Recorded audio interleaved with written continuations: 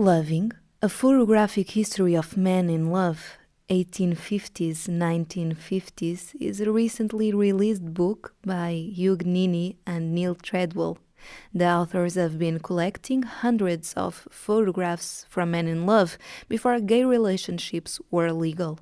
Today, they're on Gender Talks, sharing their journey. Watinta bafazi, watinti mbogoko, which means you strike a woman, you strike a rock. And that's what I grew up Nothing can stop me in this mission, in this campaign of education. You're listening to Gender Talks. Hugh, Neal, welcome. I hope to find you well. Thank you. Thank you. So, Neal, how did this begin? It started about 20 years ago. We were going to brunch, then we decided to go to an antique store and just milling around, and we found a box of photographs. And as I was digging through them, there was one that stood out. It was two guys that were in a loving embrace. And we had never seen anything like this. And when we looked at the photograph, it looked like it was us. We were looking back at us, and we got to have this. We want to, keep it. And so we put it at the bottom of the stack of the photos that were together, took it up, bought it, and took it home. That was our first photograph. We never thought we would ever find another one. And it wasn't until about 6 months later that we did find the second photograph. But it was just something that was very special to us because we had our relationship, and here we're seeing a photograph from 1920s that resembled our relationship. How many portraits do you have in your collection? We're now over 3,000. And how many photographs are available on your book, Loving? I think the book has 327 in it, is the last count we heard. But I haven't gone through and counted, I think it's 327. Did these photographs come with any written message? Some did. Sometimes the subjects would put their names on the backs of the photos, sometimes on the front of the photos. Sometimes there's a date, sometimes there's a place, sometimes there's names, date, and a place, which is really nice.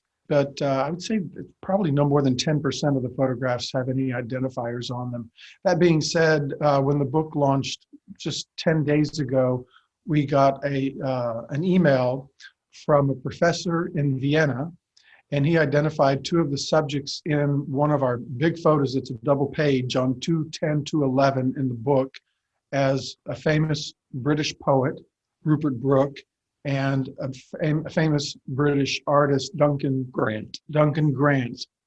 And we Googled the images, and if it's not them in the photo, it's their twins. It's amazing. Who were these men in love? These two? No, the men from the pictures you collect. Everyday men from 70 years ago to 170 years ago who, by luck or, because they were sent to war, found one another and formed a relationship and memorialized that relationship with a photograph. And, it was the same back then as it is now, actually. It's farmers, working class, sailors, soldiers, you name it. It's just, it's just poets, painters. Not just American men. No, the collection is global.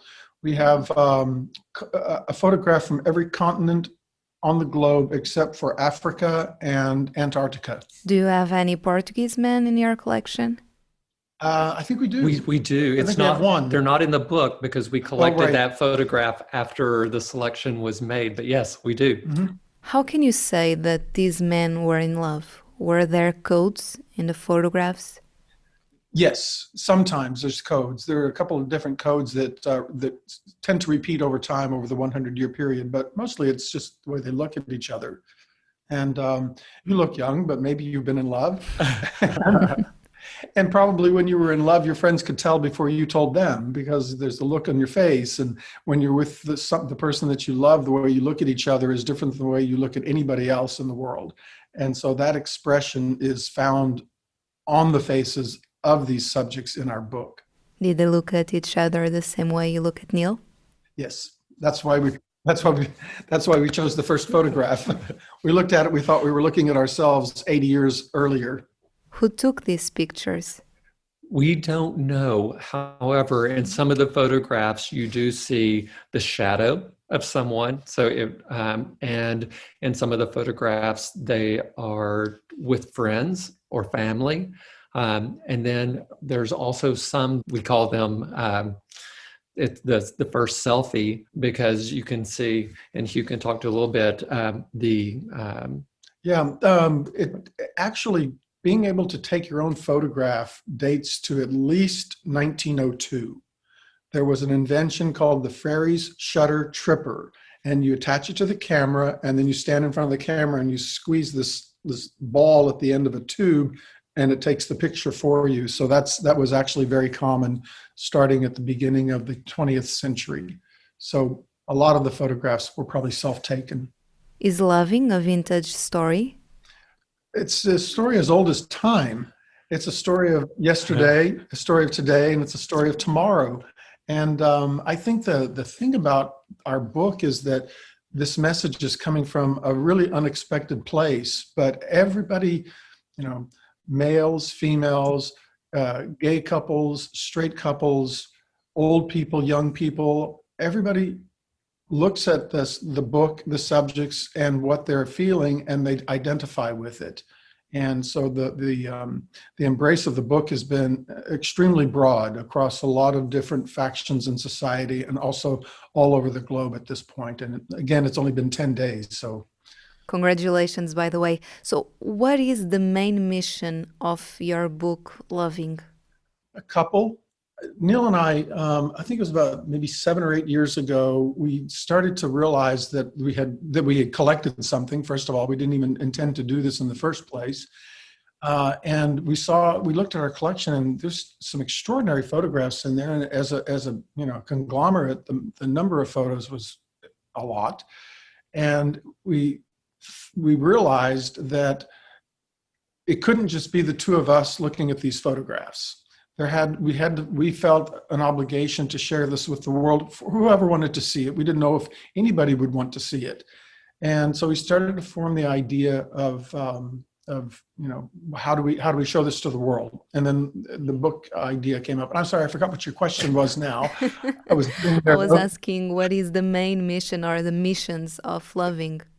The main mission is to share something that we didn't expect to ever find. We didn't know it existed, and we have to assume that we're a gay couple. I mean, I've been gay all my life. He's been gay all his life. We've seen a lot, but we'd never seen anything like this before.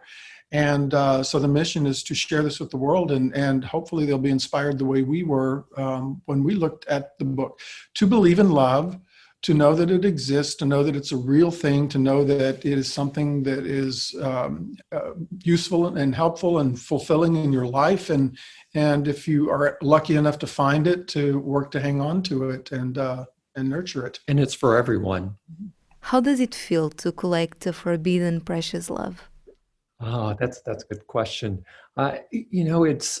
We look at the photographs, and it's an emotional connection, and I think that is something that everyone has, and we feel like that it's our duty to rescue these photos, to have them, to protect them, and hopefully, not only with the book, but someday share them with the world through some type of exhibition, so that everyone has the opportunity to see the real photographs as well. I have a very two contradictory things that go through my head when I look at one of these photographs. I look at the photograph and I say, I know you. And then I go, who are you? I would love to know, what their story was, in some cases, just what their names were. How did they meet? How long did this love last? Was it forever? Was it a short time or whatever? It's just, you just die to know what the stories were. And fortunately, in one case, we know a story of the subject. Will there be a second volume of Loving? We hope so. And, we've had some discussion. It looks like there will be. We're possibly doing Loving, the military edition. Yeah. So we have probably 20% of our collection is from the military photos as far back as the Civil War, not The just the American Civil War. Civil War, yes, and not just wars in the U.S., but around the world, ones that the U.S. didn't partake in. What is the public's reaction? It's been unbelievable, unbelievable.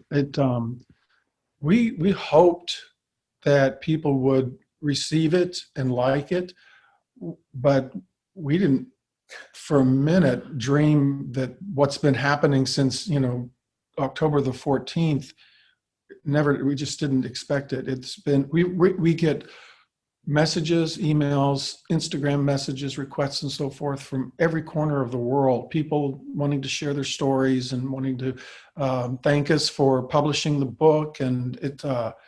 And all ages. I mean, there's kids, I call them kids, 18, 20, 24 that are really engaged in loving the message and what they're seeing. Yeah. And from a historical value to just seeing the love there, all the way up to grandparents who have bought the book and let us know for their grandson who's getting married, for he and his fiance. And it just, it brings tears to your eyes to see the acceptance and families embrace, and the families sharing that. Yeah, siblings are buying it for their siblings. Parents are buying it for their children. Children are buying it for their parents.